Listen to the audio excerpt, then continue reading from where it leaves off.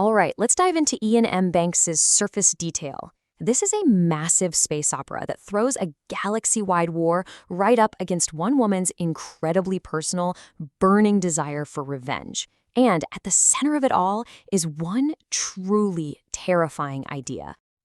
Yeah, seriously. The entire novel really hinges on this one chilling question. Just imagine for a second that technology could copy your consciousness when you die, and then trap it in a simulated reality forever.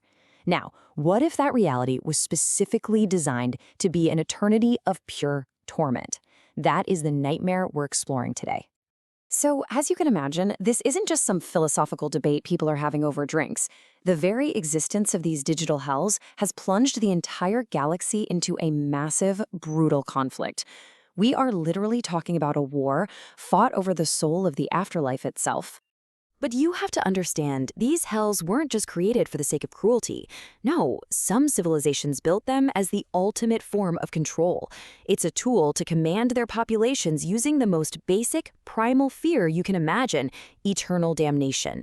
The suffering might be simulated, but for the mind trapped inside, believe me, it is 100% real. So how do you even solve a moral crisis on this scale without just tearing the real world apart? Well, the civilizations involved come up with a wild solution. They agree to fight a simulated war called the confliction. The winner of this virtual battle gets to decide once and for all whether these digital hells get to exist. But while this epic virtual war is raging across the galaxy, the story does something brilliant. It zooms way, way in onto a single, incredibly powerful human drama. And this is where we meet our protagonist, whose personal quest is really the true heart of this entire novel.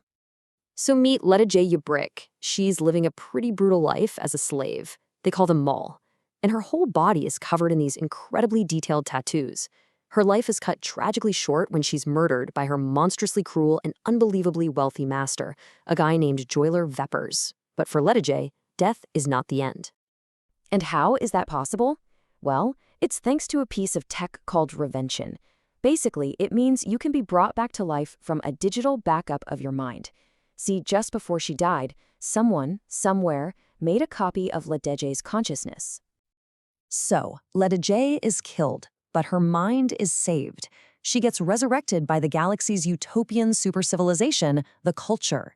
They give her a brand new body, incredible resources, and now she has only one thing on her mind: find and take down the man who murdered her.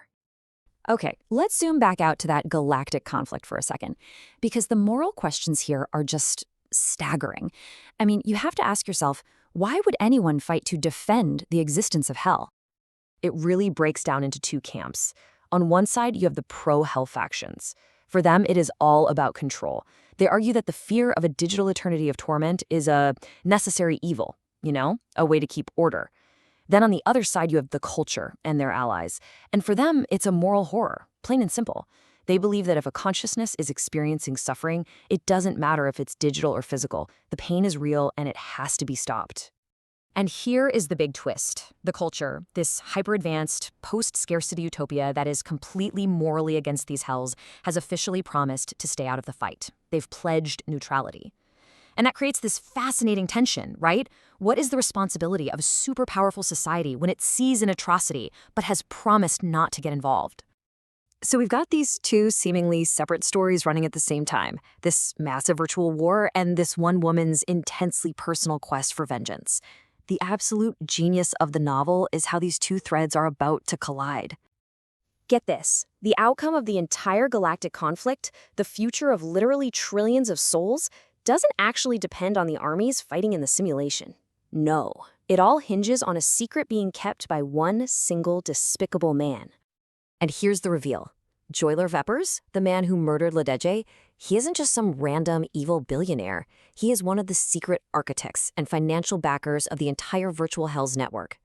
All of a sudden, Lededje's personal mission for justice becomes the single most important event in the galaxy. By hunting Vepers, she unknowingly holds the key to exposing the whole corrupt system and ending the war. Her private vengeance is about to become a galactic moral crusade. So now that we see how the plot all snaps together, what does it all mean? Well, Surface Detail isn't just a fun adventure.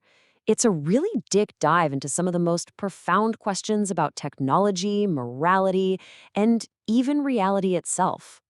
This is the core ethical dilemma of the whole book. If a digital copy of a mind is programmed to feel unending agony, is that morally any different from torturing a physical body?